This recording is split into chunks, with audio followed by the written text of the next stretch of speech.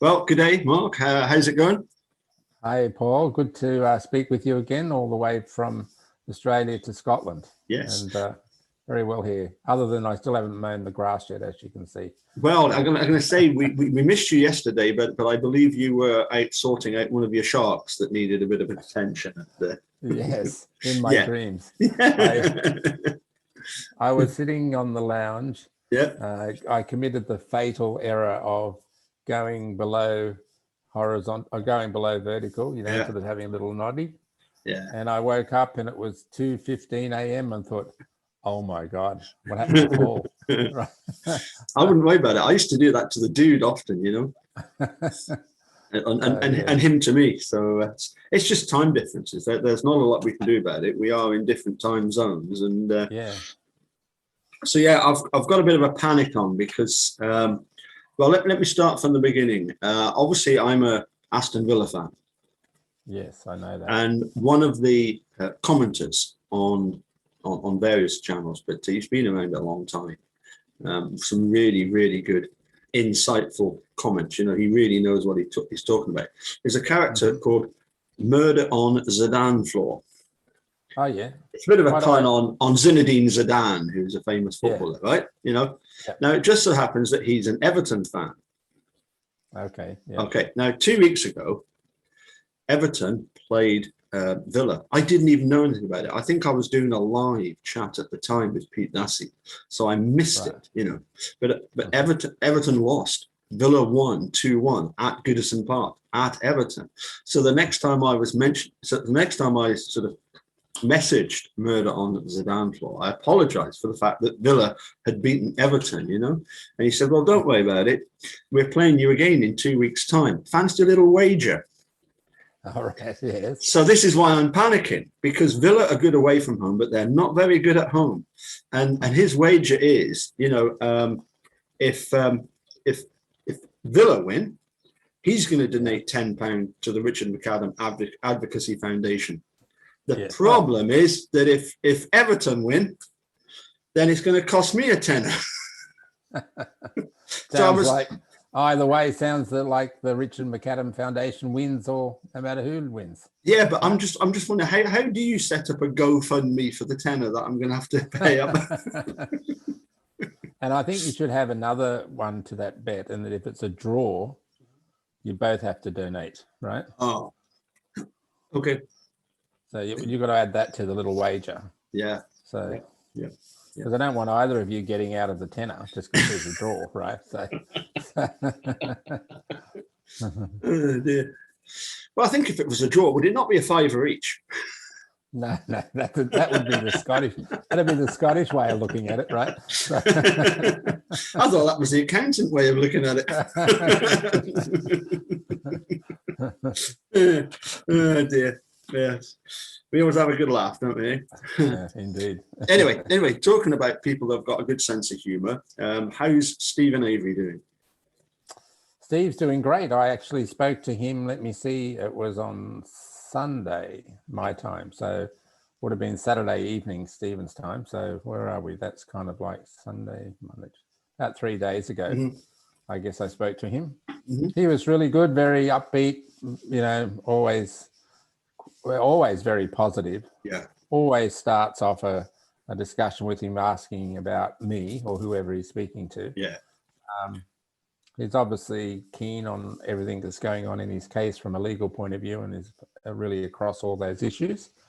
But as an overall thing, he's very well, very positive, and looking forward to some action from the Court of Appeals. Absolutely. Hopefully sooner rather than later. Well, yes. I mean, it's it really is the state that have sold an absolute dummy by Kathleen Zellner and have been made to look completely amateurish, haven't they? Yeah, I think we discussed this last week, Paul. Yeah. It gets a little bit silly. I mean, it's more than a little bit silly. Mm-hmm. Everyone should be in the pursuit of the truth. That's whether they like Stephen or not, or Brendan or not, they should want to see the truth. So Kathleen Zellner has put together a lot of powerful, newly discovered evidence that is deserving of a hearing. And even if you still think Stephen's guilty, you should be wanting that information examined under oath and either found to be true or found to be worthless and chucked out. But not that I would expect the latter. But just to behave in a blocking manner tells you that they've got something to hide, so.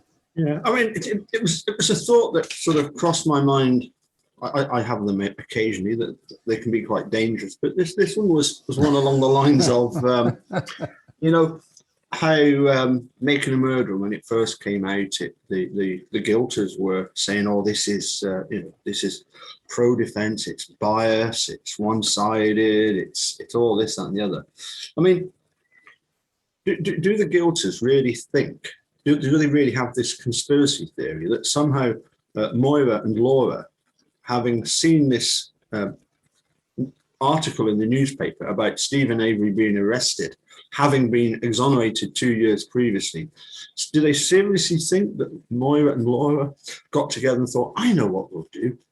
We'll go to Wisconsin and try and mess up their legal system by getting an absolutely 100% guilty person exonerated"? I don't know. It's just,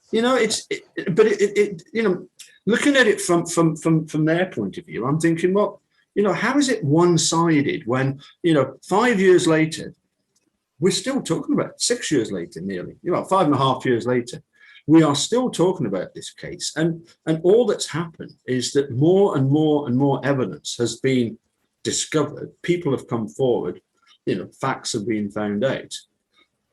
But at some point, there has to be, as I described yesterday, a tipping point whereby people that do have a certain amount of guilty knowledge will begin to realize that, they're sitting on, staying one side of the fence. They're going to now go to be sitting on the fence. When are they going to come over to the other side and say, "Look, you know what, guys, this is what happened"? yes. And I think the most powerful people in that category are the ones who probably, let's just say, are aware of the bad behavior, but may not have directly participated in it, Mm-hmm. or maybe were acting under orders, so to speak. Yeah. That I don't think we're going to find the real guilty party say, "Oh, hands up, it was me." I'm not just talking about the people responsible for Teresa's death, but people responsible in law enforcement for all the shenanigans that went on. But I feel that there has been, we do know there have been people who have come forward. Yeah. And I'm sure that's going to continue. And as the further we go on, people are going to say, "Hey, I don't want to be in the camp that got labeled with, I knew about this and I didn't say anything." I think we will see more and more of those people come forward. And if you're genuinely innocent, just come forward and tell us what you know. Or if you did something that wasn't quite perfect, but you cooperated improperly with law enforcement, will tell us that.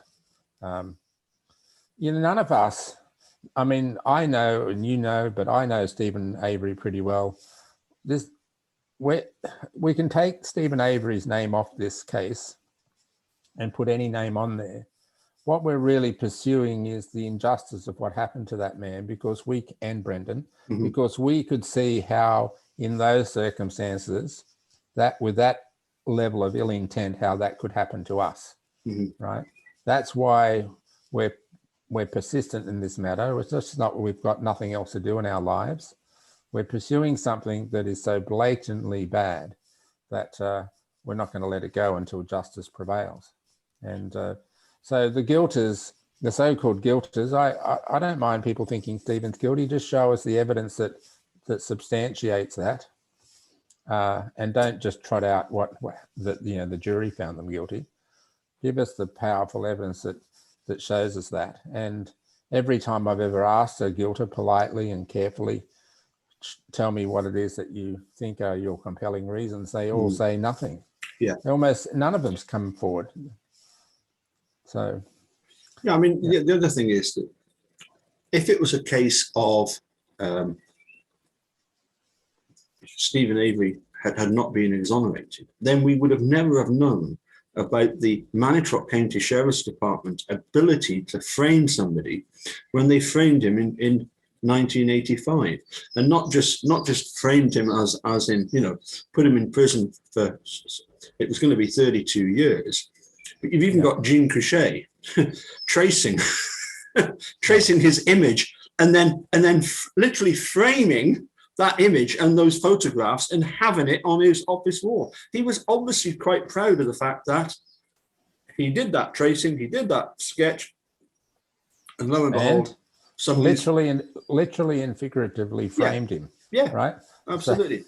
So, but the thing you've got to ask, Paul, is that, you know, Stephen's case is very high profile, and it's like a double whammy case. Yeah. How many little small fry people got that treatment by the same sort of characters, you know, who either were forced to plead out on something, or who just took the charge and had no way of had any way of knowing what was going on. There's got to be dozens and dozens of people in Manitowoc, and who knows, in Calumet and other counties around the state and even around the country, who get this same, you know, belligerent treatment by law enforcement.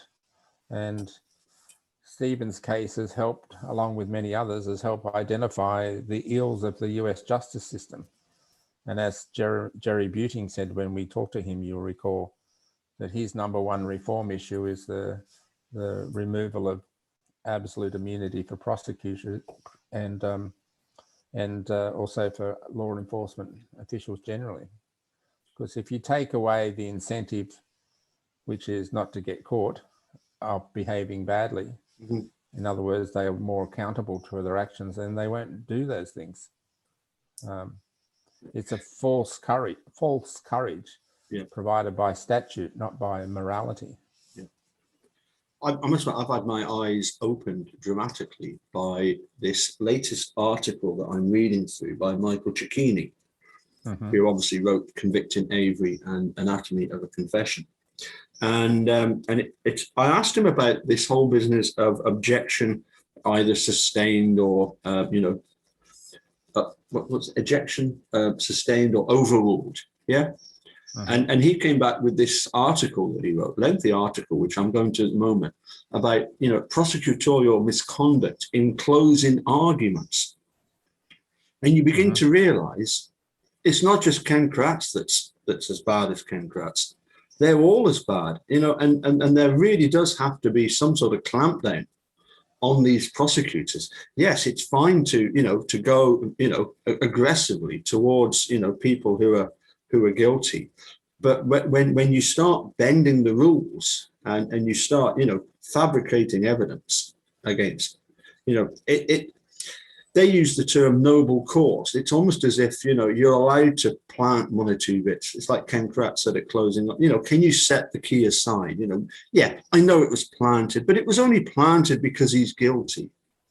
And then you've got Pete Dassey telling us, and he's mentioned this a couple of times, that Wiegert and Fassbender were regularly in his face saying, you know, get Brendan to plead guilty, get Brendan to plead guilty, and he'll just get like 20 years. I mean, that's just, you know, if they really thought that's so evil to do that to a young man, to anyone. But we do know, just statistically, because 98% of the criminal convictions in the US are pled out before they get to trial, and there's such a imperative to do that because the court system can't handle all those people. So people who are innocent plead guilty and get a criminal record and serve some time when they didn't do the crime at all. And that's become almost standard now. And it's usually the poor and the uneducated or the less than educated that have no capacity to fight that or even to understand what's going on with them. Like if you got based on all that you've experienced now with making a murder and all that's come with that, and you got arrested for at least ostensibly a serious crime, and you're asked to be interviewed, what would you speak to police officers without a lawyer present? Well, That is a great question, and it was posed to none other than Richard Ofshe, and I watched Richard Ofshe in a chat not long after making a murder, and his response to this journalist was, journalist asked him the same question, would if I got accused by the police of doing something, immediately I would ask for my lawyer, and Richard Ofshe says, that's great. You're one of the people we don't get to see because you're one of the ones that knows that you've got to get a lawyer. But like Sir Brendan, they're. I mean, they were sold a dummy, weren't they? They were told, we just need him as a witness, And Bob says, well, that's fine, okay, but get it, you need to get him back to school at such a time, Yeah, just talking about Barb and Brendan, I don't accept at all the often assertions that Barb left Brendan to the wolves. No. Like with some malice or something. I know what that family is like. I know what that environment's like. And I know, at least at that time, not now, that the Averys initially, but certainly Barbara and her family would have thought they could trust law enforcement, right? And if we get in fast burn to said to her, look, you don't need to be here, or he'll be right, or can you just sit outside because it might be better that you didn't hear that or whatever. Barbara would have definitely thought, oh, okay, if that's what you think, okay. Because at that moment, she's not thinking that her son's in trouble, right? And we'll remember that famous March 1 interview, that when Barbara does come back into the room afterwards and she says, she's with Brendan briefly on her own and then says to them, what did you do, right? She questions the police officers, behavior towards him, And so irrespective of what people might think of Barb and all the surrounding issues with her family, there's no way in the world that woman who is has a staunch love for her son, Brendan, would have knowingly allowed him to be coerced like that. Mm-hmm. I mean, but it shouldn't be up to a parent in the situations that Brendan was in, being 16 years of age and with intellectual challenges. He should never, ever, ever been allowed to be interviewed without a lawyer or an advocate with him. This just should never be allowed. He shouldn't be allowed, or any child shouldn't be allowed to waive Miranda rights. That's exactly what I've written down here. That there should be a law whereby if you're under a certain age, I would suggest 18. You are not allowed to waive your Miranda rights because you are officially, you are a minor. Therefore, it's not up to you to waive your Miranda rights. I mean, the bizarre thing is that despite law enforcement looking very suspiciously at and arresting Steve, and then going after Brendan, they're happy to talk. They are happy to go along with, to try and help, and it's like, Steve, says to Brendan, or via various avenues, you must stop talking to law enforcement. But yet he was doing it himself because there's this natural want to try and show the policeman, I'm totally innocent of this. But therein lies the issue, because when Brendan was first interviewed by, I think it's O'Neill up in Crivets, in November 6 or whatever it was, the story Brendan told then was his best recollection of what happened on that evening. And you can just tell by the way he's telling it, it's truthful. He keeps retelling that story a few times after that. And it's only when they didn't want to believe it and they started telling him that he was lying and that wasn't what happened, you'd need to tell us the truth, that Brendan starts to question, well, maybe I'm not saying the right thing. There was never a question in his mind what happened. Mm-hmm. And they only went after Brendan, as we all know, because they really had no powerful evidence against Stephen. to that point. They didn't have the evidence. They didn't have any DNA evidence in Stephen's trailer to suit that narrative. They had to create a narrative around Brendan and a gun and all that sort of stuff. So the point about that is that what you're saying is correct. Brendan and the family generally would still generally trust people to do the right thing.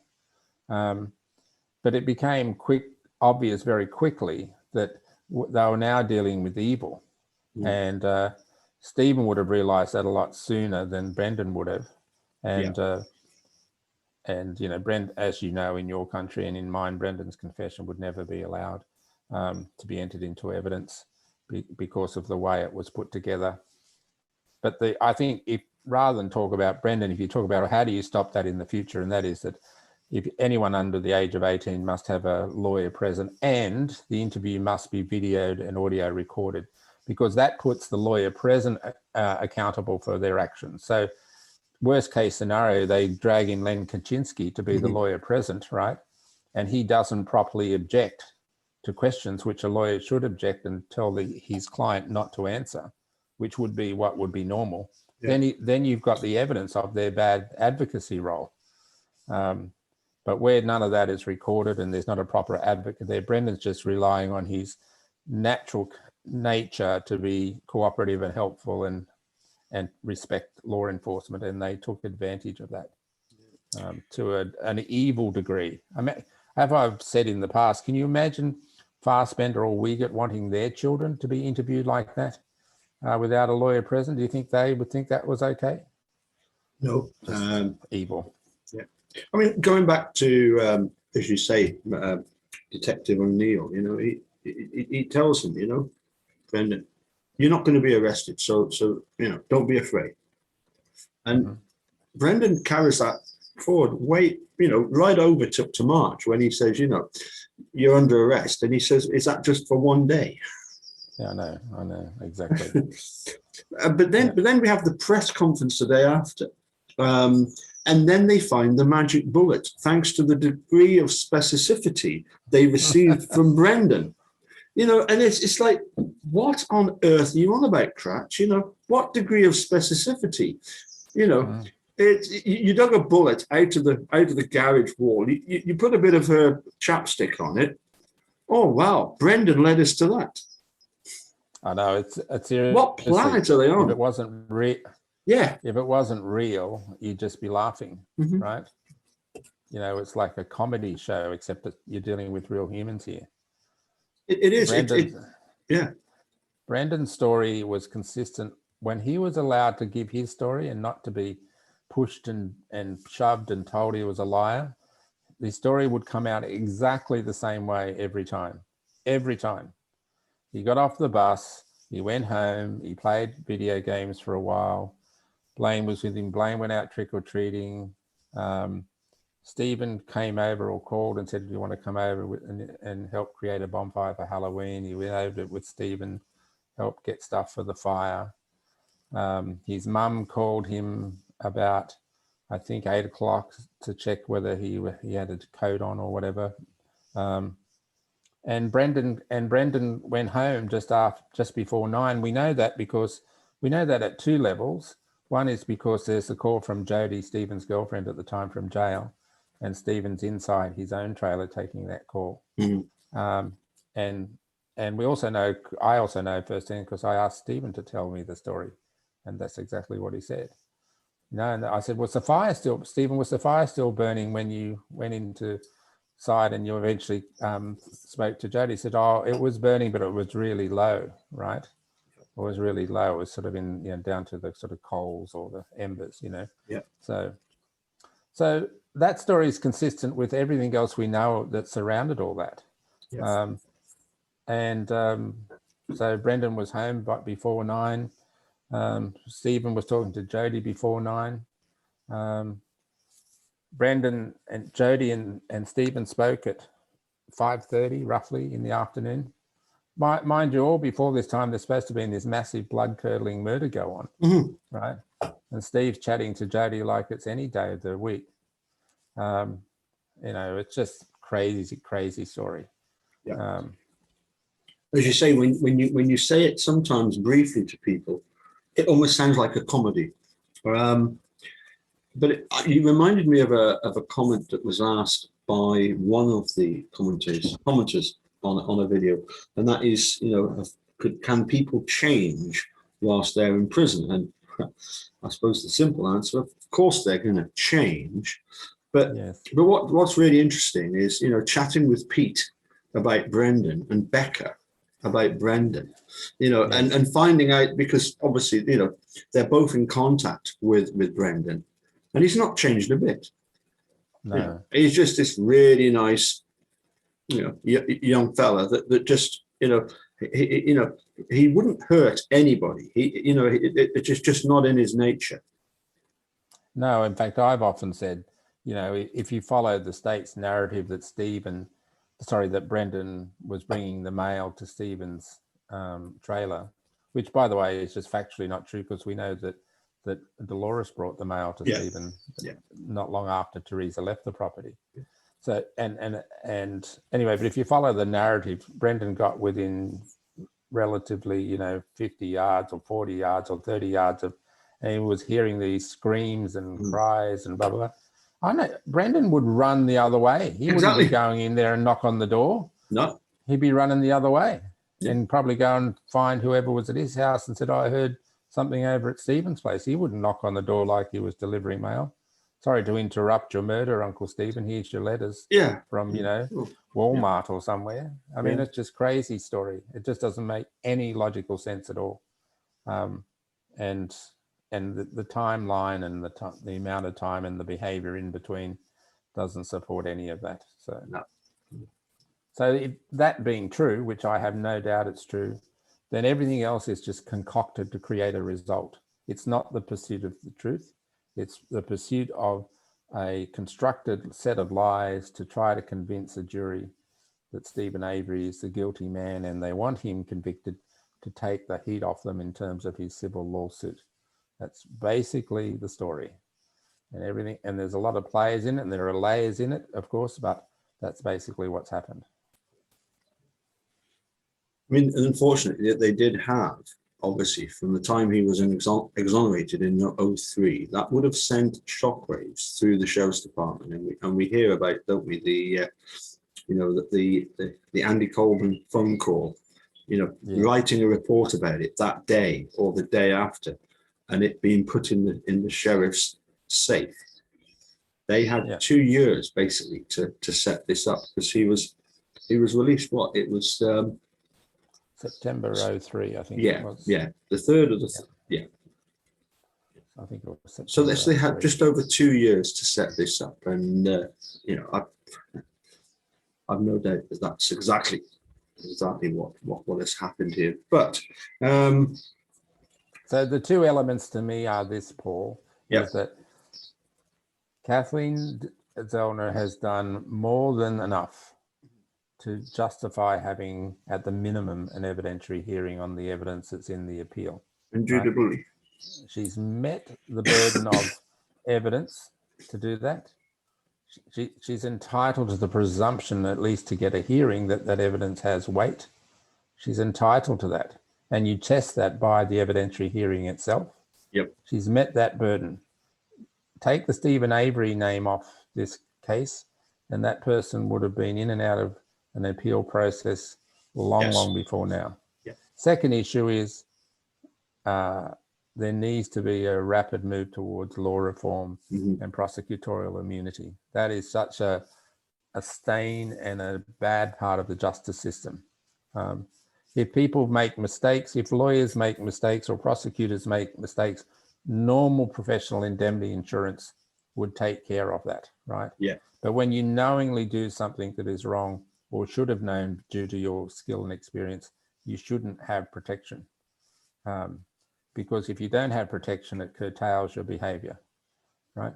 Yeah. One of the reasons in the UK, as in Australia, you drive on the left-hand side of the road is partly because you know it's safe, but secondly, if you drove on the other side, there's a chance you'll get stopped by the cops and get a fine, and that moderates your behavior in light of the consequences if you do the wrong thing. It should be exactly the same. Yep. So when it comes to professional prosecutors.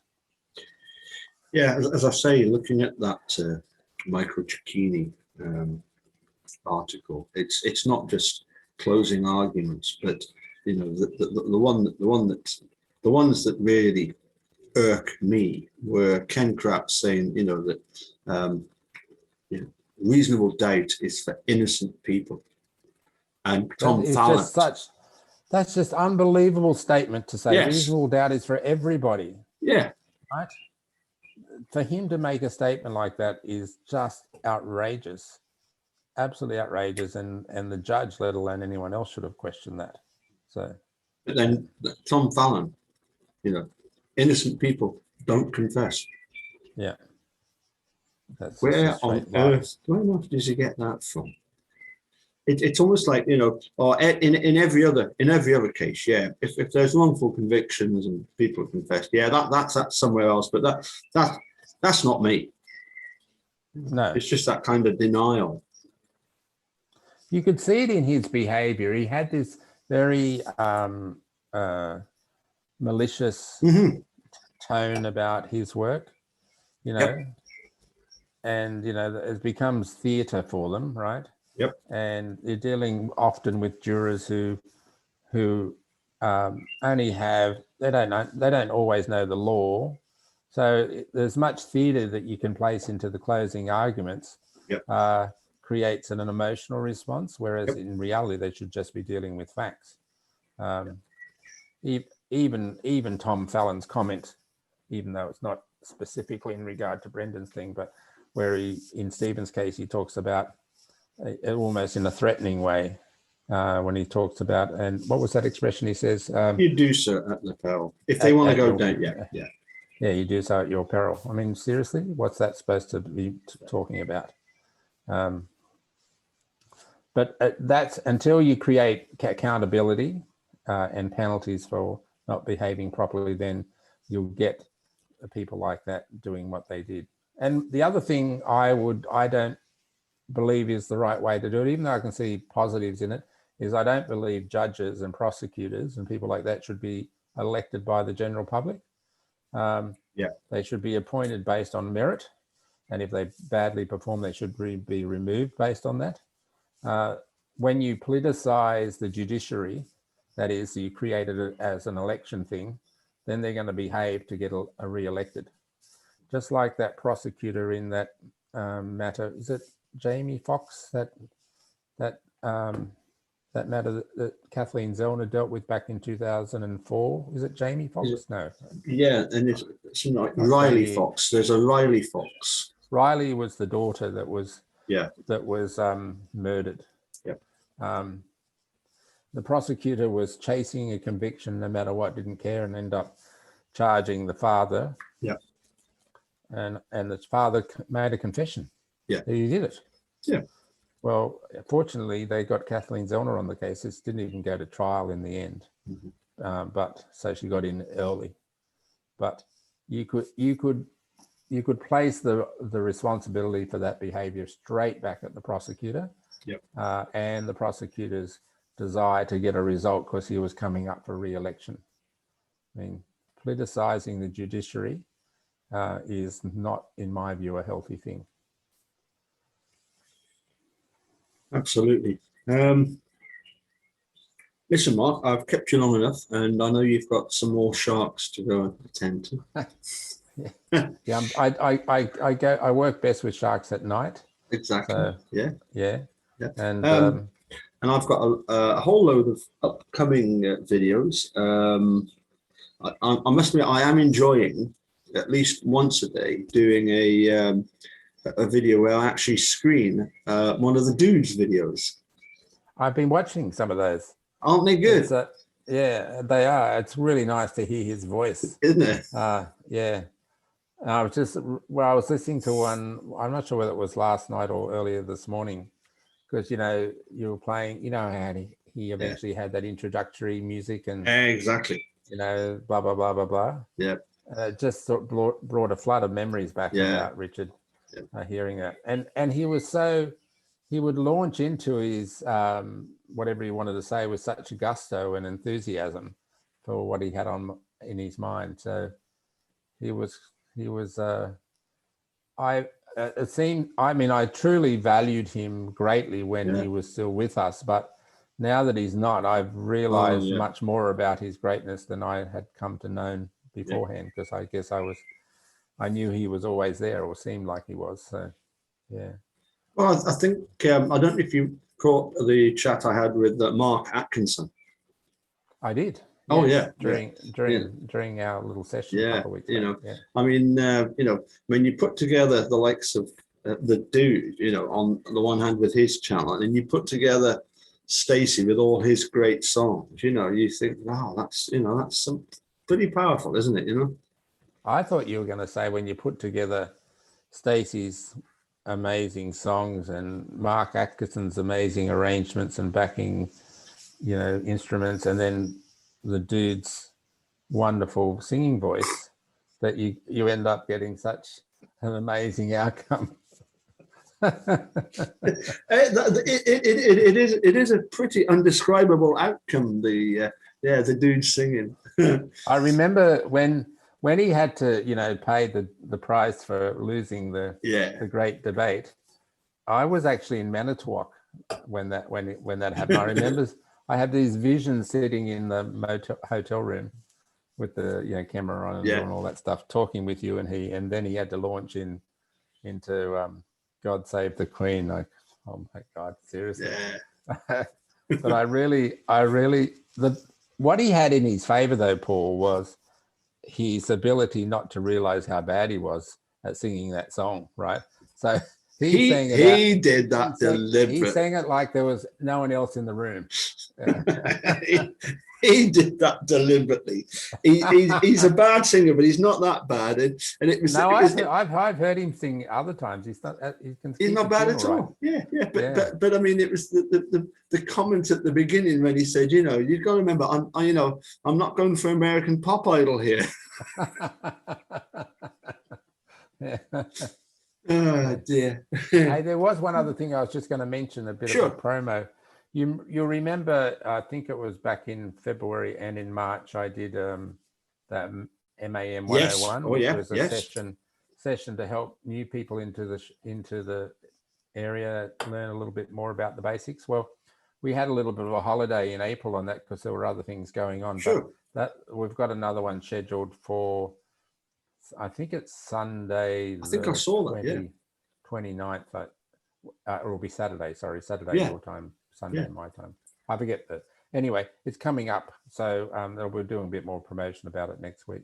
Sure. So it's still. Let me see. We're still three Sundays away from it. Anyway, sure. 3 Sundays away. So. Well, so it's a good opportunity for people who want to know more to dial in and learn. So, yep. I'm going to stop recording, but hang on, and I'll have a quick chat with you backstage, as it were. Okay, so so I'm going to say cheerio to everybody that's watching this premiere. I'm going to stop recording now.